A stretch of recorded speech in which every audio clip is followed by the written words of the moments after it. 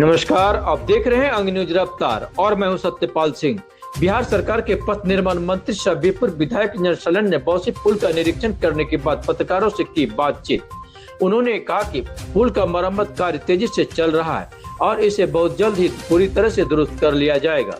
उन्होंने भरोसा दिलाया कि आगामी श्रावणी मेला शुरू होने से पहले ही बौसी पुल को आवागमन के लिए तैयार कर लिया जाएगा, ताकि श्रद्धालुओं और आम लोगों को किसी भी प्रकार की परेशानियों का सामना न करना पड़े।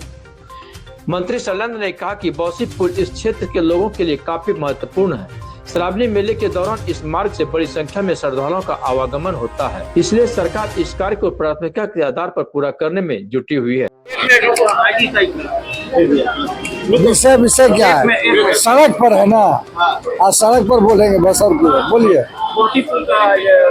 देखिए, आज इसके पहले भी 7 तारीख को जब हम आए थे तो आपने देखा ही होगा कि पुल का निरीक्षण किया था और आज बौसी पुल का भी निरीक्षण किया। मेरा एक ही लक्ष्य है, क्योंकि स्थानीय यहाँ का मंत्री हूँ, तो बेहतर कार्य हो, जल्दी से जल्दी हो, एक सुंदर भागलपुर बने, इसके लिए मैंने स्थल निरीक्षण किया।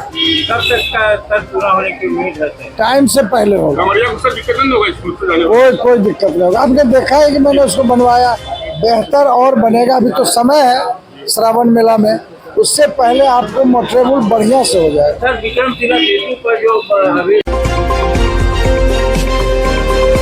बीरपुर विधायक सह पथ निर्माण मंत्री इंजीनियर सलेंद्र ने पत्रकारों से बातचीत करते हुए कहा कि विक्रमशिला पुल का अस्थायी मरम्मत कार्य तेजी से चल रहा है और आगामी 30 नवंबर तक पुल पूरी तरह से तैयार हो जाएगा। साथ ही उन्होंने कहा कि बिहार के मुख्यमंत्री सम्राट चौधरी ने स्वयं स्पष्ट निर्देश दिए हैं कि निर्धारित समय सीमा के भीतर ही कार्य को हर हाल में पूरा करना होगा। मुख्यमंत्री के आदेश के अनुरूप युद्ध स्तर पर काम कराया जा रहा है। उन्होंने कहा कि वर्तमान में विक्रमशिला पुल पर आवागमन को सुचारू बनाए रखने के लिए बेली ब्रिज का सहारा लिया जा रहा है। हालांकि अस्थायी होने के कारण कई बार वाहनों की लंबी कतार लग जाती है और लोगों को जाम की समस्या का सामना करना पड़ता है। विशेषकर भागलपुर और नौगछा के बीच आने जाने वाले दैनिक यात्रियों, व्यापारियों और आम लोगों को परेशानियां झेलना पड़ती है, जिसको लेकर इंजीनियर सलन ने भरोसा दिलाया कि 30 नवंबर तक अस्थायी कार्य पूरा होने के बाद ही लोगों को इन परेशानियों से मुक्ति मिल जाएगी। कर लिया जाएगा। इसके लिए तो माननीय मुख्यमंत्री सम्राट चौधरी जी ने कहा कि 30 नवंबर तक हम लोग अस्थायी रूप से इसको परिचालन कर देंगे, अस्थायी रूप से।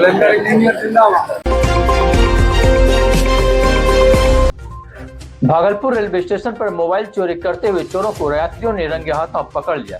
चोरी की घटना के बाद स्टेशन पर मौजूद यात्रियों का गुस्सा फूट पड़ा और लोगों ने चोरों की जमकर पिटाई कर दी। बताया जा रहा कि ट्रेन पर चढ़ने के लिए यात्री स्टेशन पर मौजूद थे।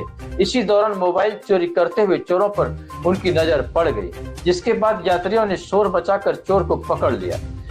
भीड़ जुटने के बाद चोरों की जमकर पिटाई शुरू हो गई। हालांकि इस दौरान मौका पाकर चोर वहां से फरार हो गया। पूरी घटना का वीडियो सोशल मीडिया पर तेजी से वायरल हो रहा है। यात्रियों का आरोप है कि भागलपुर रेलवे स्टेशन पर आए दिन मोबाइल चोरी की घटनाएं होती रहती है और चोर लगातार यात्रियों को अपना निशाना बना रहे हैं। लोगों ने रेलवे और जिला प्रशासन से स्टेशन चौक पर सुरक्षा व्यवस्था मजबूत करने और ऐसे चोरों पर सख्त कार्रवाई करने की मांग की है।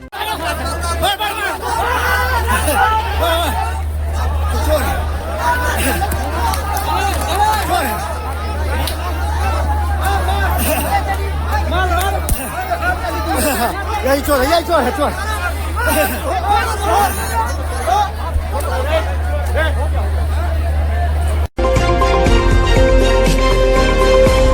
जगदीशपुर थाना क्षेत्र में दुमका भागलपुर मार्ग पर शराब फैक्ट्री के पास दर्दनाक सड़क हादसा हो गया, जहां एक तेज रफ्तार ट्रक ने रजौन से आ रही ऑटो को जोरदार टक्कर मार दी।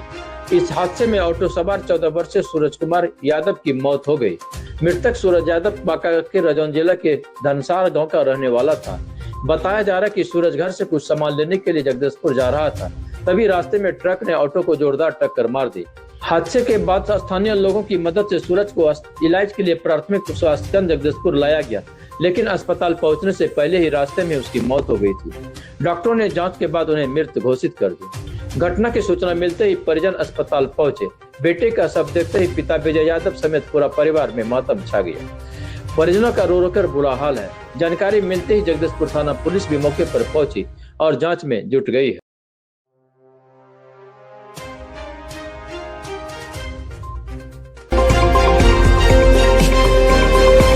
बिहार सरकार के नगर विकास मंत्री सह आवास मंत्री नीतीश मिश्रा ने नगर परिषद सुल्तानगंज के सभागार में विश्व प्रसिद्ध श्रावणी मेले की तैयारी को लेकर भागलपुर सांसद अजय कुमार मंडल, बांका सांसद गिरधारी यादव, विधायक professor Lalit Narayan Mandal, Bhagalpur DM Naval Kishore Chaudhary, DDC Pradeep Kumar Singh, SSP Manoj Kumar सहित जिला और प्रखंड के सभी विभाग के आला अधिकारी, जनप्रतिनिधि, वार्ड पार्षदों के साथ समीक्षा बैठक की। बैठक में मंत्री नीतीश मिश्रा ने श्रावणी मेले से संबंधित सभी विभागों के अधिकारियों के द्वारा तैयारी की जानकारी लेते हुए कहा कि बाहर से आने वाले कमारियों को कोई भी परेशानी न हो, इसके लिए बेहतर से बेहतर सुविधाएं दी जाएगी। इस मौके पर विधायक एवं सांसद ने कहा कि यहाँ पर सालों भर श्रद्धालु आते हैं, इसके लिए गंगा घाटों पर एसडीआरएफ की टीम सालों भर की तैनाती की मांग की है।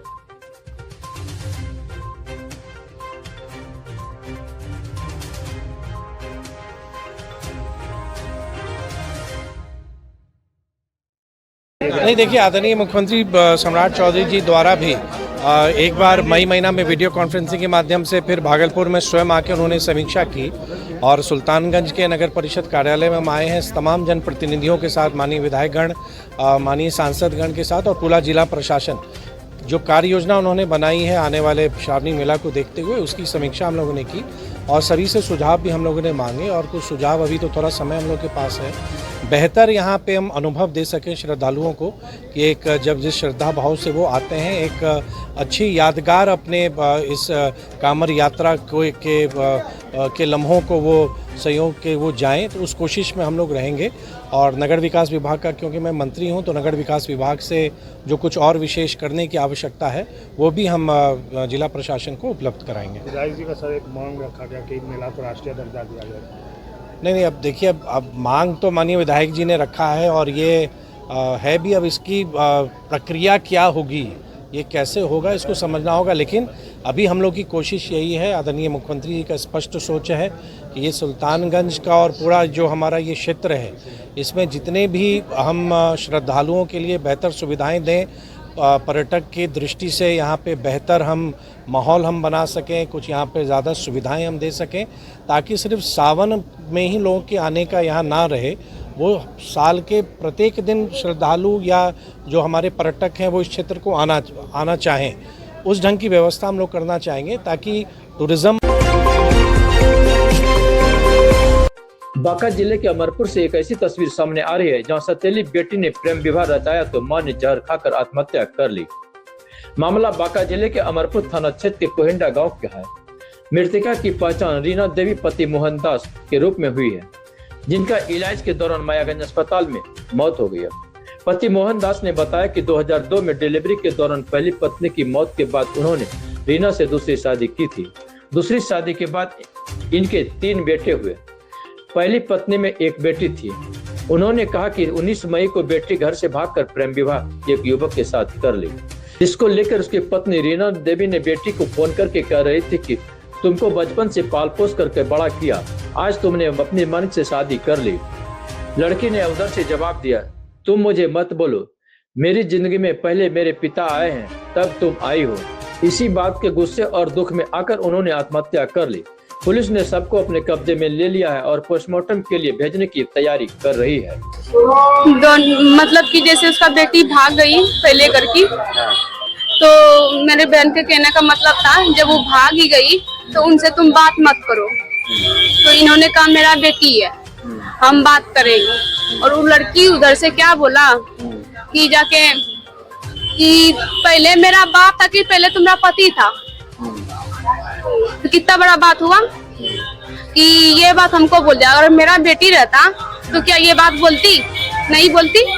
तो इसी कारण से वो गुस्सा से जहर खा लिया। इनको मना करने पर कि तुम बात मत करो, लेकिन इन्होंने माना नहीं बात करने के लिए और उसका बात टार की बात किया, इसीलिए उस गुस्सा से जहर खा लिया। कहाँ घर है? उनका घर कोई ना हुआ। क्या नाम है? रीना देवी। क्या बच्चा बच्चे? उनको 3 बेटा है। कब लड़की भागी? तब लड़की भागी है, उसका नाम पूजा है, वो पहले घर की बेटी है। भागी घर से? भागी घर से? भागी कैसे? क्या कारण में जो भागी? कब भागी? मतलब उसका शादी लगा दिया था और वो किसी और लड़के से बात करता था उसको पहले से। तो हाँ, तो उसको मंजूर नहीं हुआ। वो लड़का दम दहेज सब दे चुका था और फिर भी वो लड़की भाग गई। ये पत्नी, ये दूसरी पत्नी है इनकी? उनकी दूसरी पत्नी है ये, और पहली वाली पत्नी डेथ कर गई है, उसी से बेटी है? उसी की बेटी है। क्या नाम है आपका?